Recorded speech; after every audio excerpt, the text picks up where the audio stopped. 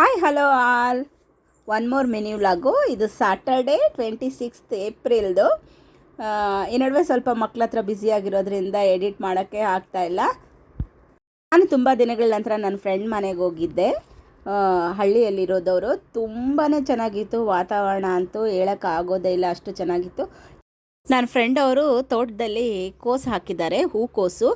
ನೋಡ್ಕೊಬರೋಣ ಅಂದರೆ ಹೋಗಿದ್ದೆ. ನೋಡ್ತಾ ಇದ್ರೇ ನಮಗಂತೂ ತುಂಬಾ ಸಂತೋಷ ಆಗೋಯ್ತು. ನೋಡಿದ ತಕ್ಷಣ ಸೇಮ್ ರೋಸಸ್ ಇದ್ದಂಗೆ ಅದ್ರ ಪೆಟಲ್ಸ್ ನೋಡಿ ಎಷ್ಟು ಚೆನ್ನಾಗಿದೆಯೋ. ಹಾಗೆ ಈ ಮರ ನೋಡಿ, ಇದರಲ್ಲಿ ಕಾಯಿ ಬಿಟ್ಟಿದೆಯಲ್ಲ, ಈ ಕಾಯಿನ ಏನಂತ ಕರೀತಾರೆ ಅಂತ ನನ್ನ ಕಮೆಂಟ್ ಸೆಕ್ಷನಲ್ಲಿ ಕಮೆಂಟ್ ಮಾಡಿ. ಹಾಗೆ ಇದ್ರ ಮೇಲೆ ಗಾದೆ ಕೂಡ ಇದೆ. ಆ ಗಾದೆ ಯಾರಿಗೆಲ್ಲ ಗೊತ್ತೋ ಕಮೆಂಟ್ ಸೆಕ್ಷನಲ್ಲಿ ಕಮೆಂಟ್ ಮಾಡಿ ಫ್ರೆಂಡ್ಸ್.